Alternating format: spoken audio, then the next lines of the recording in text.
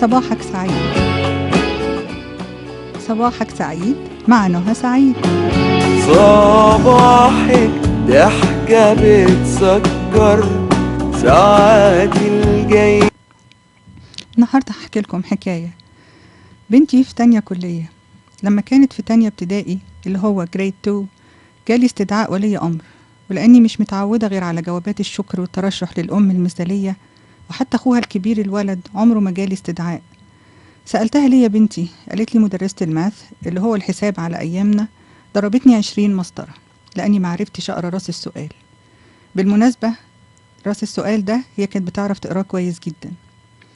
رحت المدرسة ونزلت المدرسة معاها بنتي وكأنها داخلة بيها للإعدام. بنتي كانت مرعوبة موطية راسها وخايفة، وبدأت المدرسة بعبارة قاسية جدا: بنتك مستواها وحش يا مدام، بنتك فاشلة. وبرغم انها بتاخد الدرجات النهائية في مادتها، إلا ان المدرسة أصرت انها تقول لي موشح طويل عريض: غسلتني ونشرتني وكوتني ورجعت غسلتني تاني وثبتتني قدامها، وكأن فاضل شوية وتقول لي ارفعي ايدك ودي وشك للحيط.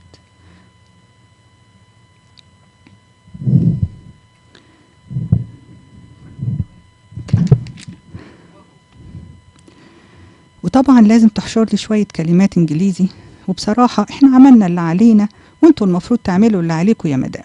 وقالت لي بمنتهى العصبية: It's too late يا مدام. كانت فاكرة ان هدوئي ده ضعف مني، وكلمتها بهدوء وقلت لها: من فضلك كلميني عربي، لاني ام مصرية بتكلم عربي ومش تلميذة او مدرسة عندك في القسم. تاني حاجة، البنت في تانية ابتدائي وانتي بتقولي عليها فاشلة، امال المدرسة اللي بقالها 30 سنة بمدرسينها ومشرفينها اللي مش قادرة تتواصل او ترفع مستوى طفلة بقالها سنتين في التعليم نقول عليها ايه؟ تالت حاجة، العملية التعليمية مدرس ومدرسة، والأسرة يدوب بتراجع وتتابع مش بتدرس من أول وجديد. رابع حاجة، يا ريت تراجعي الكوميونيكيشن بوك اللي حضرتك بتقولي عليه. بالمناسبة الكوميونيكيشن بوك ده هو التواصل اللي بيبقى كتاب، بيبقى كراسة بتبقى ما بين البيت والمدرسة.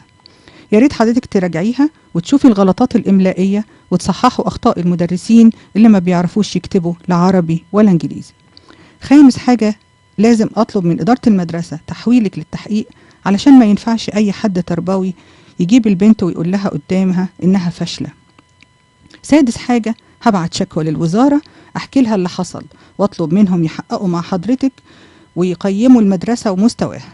سابع حاجة، بخصوص بنتي يا مس، it's never too late يا مدام. بنتي جريت في حضني وعيطت، ولقيت في عينيها نظرة ثقة وفرحة وفخر. بحكي القصة دي علشان أقول لكم حاجات مهمة قوي. أول حاجة، اوعى تسيب حد يرمي مسؤوليته عليك وكأنك انت الغلطان. ثانيا، طول ما انت لابنك ظهر وسند ودعم هيخلق إنسان عنده توازن نفسي واجتماعي رهيب. ثالثا، لازم تعرف حقك وتاخده من غير غلط ولا صوت عالي، ونتكلم مع بعض باحترام وإقناع. رابعا، لو انت تربوي ومدرس فاضل، تأكد ان الفشل او النجاح الطالب مصدره ومنبعه انت. سعيدة بتواصلي معاكم، مستنية ايميلاتكم واقتراحاتكم على الايميل noha.ebaid@yahoo.com. دمتم سعداء.